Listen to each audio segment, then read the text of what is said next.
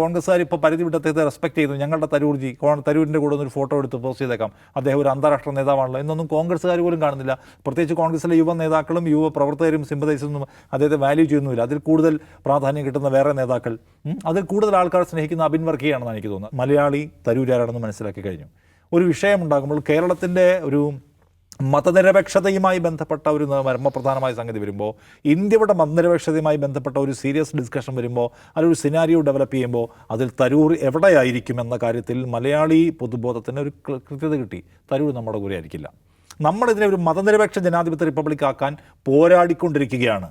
കോൺഗ്രസ് പോരാടിക്കൊണ്ടിരിക്കുകയാണ്. കോൺഗ്രസിൻ്റെ തലപ്പത്തുള്ള രാഹുൽ ഗാന്ധി നിരന്തരം ഭരണഘടന ഉയർത്തിക്കൊണ്ട് RSS ആണ് ഈ രാജ്യത്തെ ബാധിച്ച പ്രധാനപ്പെട്ട പ്രശ്നം എന്ന് പറഞ്ഞുകൊണ്ടിരിക്കുകയാണ്. ആ ഫൈറ്റിൽ തരൂരില്ല. ഒന്ന് ക്ലാരിറ്റി വന്ന കാര്യമാണ്. തരൂർ ഇപ്പോൾ ടെക്നിക്കലി അദ്ദേഹം ഇവിടെ ഈ ബോഗിയിൽ നിൽക്കുന്നു എന്നൊക്കെ വെറുതെ കാണാമെന്ന് ഒഴിച്ചു നിർത്തിയാൽ തരൂർ പോയി കഴിഞ്ഞു. ഒരു മനുഷ്യൻ ആശയപരമായി പോയി കഴിഞ്ഞാൽ പോയില്ലേ. നമ്മളിപ്പോൾ തൃശ്ശൂർ മേയറുടെ കാര്യം പറയാം, MK വർഗീസ്. അദ്ദേഹം പറഞ്ഞു വരുമ്പോൾ LDFൻ്റെ മേയറാണ്. പക്ഷേ അദ്ദേഹം നിൽക്കുന്ന എവിടെയാണ്? അദ്ദേഹത്തിന് ഏറ്റവും ഇഷ്ടം സുരേഷ് ഗോപിയാണ്. സുരേഷ് ഗോപിയെ ജയിപ്പിക്കാൻ വേണ്ടി പണിയെടുത്തുള്ള ആളാണ്. സുരേഷ് ഗോപിക്ക് വേണ്ടിയുള്ള വർത്താനാണ് അദ്ദേഹം പറഞ്ഞുകൊണ്ടിരിക്കുന്നത്. ഇവരുടെ ഒന്നും കൺട്രോളല്ല.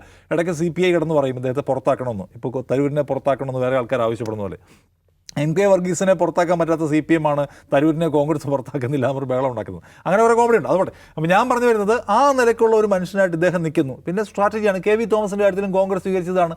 KV തോമസ് പല നമ്പർ ഇറക്കി നോക്കി അവസാനം അദ്ദേഹം ഇറങ്ങിപ്പോവാണ് ചെയ്തത്. അദ്ദേഹം പരിധി വിട്ടപ്പോഴാണ് ഇവർ പുറത്താക്കാൻ തീരുമാനമെടുക്കുന്നത്. അപ്പോൾ പുറത്താവാൻ ശ്രമിക്കുന്ന ആൾക്കാർ അവരുടെ തരൂരിന് അത്രയൊക്കെ അന്തസ്സ് ബാക്കിയുണ്ടെന്ന് തോന്നുന്നു കേട്ടോ. വെറുതെ ഇറങ്ങിപ്പോയിട്ട് അനിൽ ആൻ്റണിയൊക്കെ പോലെ എന്തെങ്കിലും ഒരു ടോം വടക്കനെ പോലെ ഒരു സബ് സ്റ്റാൻഡേർഡ് കാരണം പറഞ്ഞ് പോകാൻ അദ്ദേഹമില്ല. അദ്ദേഹത്തിന് ഒരു പ്ലോട്ട് അദ്ദേഹം ബിൽഡ് ചെയ്തുകൊണ്ടിരിക്കുന്നു. ആ കാരണം വലുതാക്കി അതിൻ്റെ പേരിലുള്ള രക്തസാക്ഷി പരിവേഷം അതൊക്കെ അദ്ദേഹം ആഗ്രഹിക്കുന്നത്. അത് അദ്ദേഹം ഈ UN-ലൊക്കെ ഇരുന്നതിൻ്റെ ഇതായിരിക്കും. ചുമ്മാ ഇറങ്ങിപ്പോകുന്നതിൻ്റെ ഒരു പ്രശ്നമുണ്ടല്ലോ, ആ ഒരു അന്തസ്സ് പോലെ പ്രശ്നം ഉണ്ടാവും.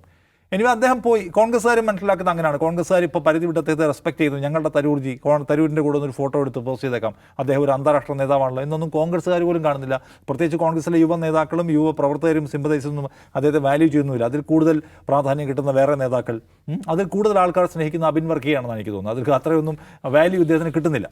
അപ്പോൾ ആ നിലയ്ക്ക് കോൺഗ്രസ്സുകാരുടെ സമീപനത്തിലും നാട്ടുകാരുടെ സമീപനത്തിലും മാറ്റം വന്നിരിക്കുന്നു. ഇനിയിപ്പോൾ അദ്ദേഹം അവിടെ പോയി ഒഫീഷ്യലി ചേരുകയാണെങ്കിൽ ചേർന്നോ ശരി എന്നേ മലയാളി വിചാരിക്കുന്നതാണ് ഞാൻ കാണുന്നത്.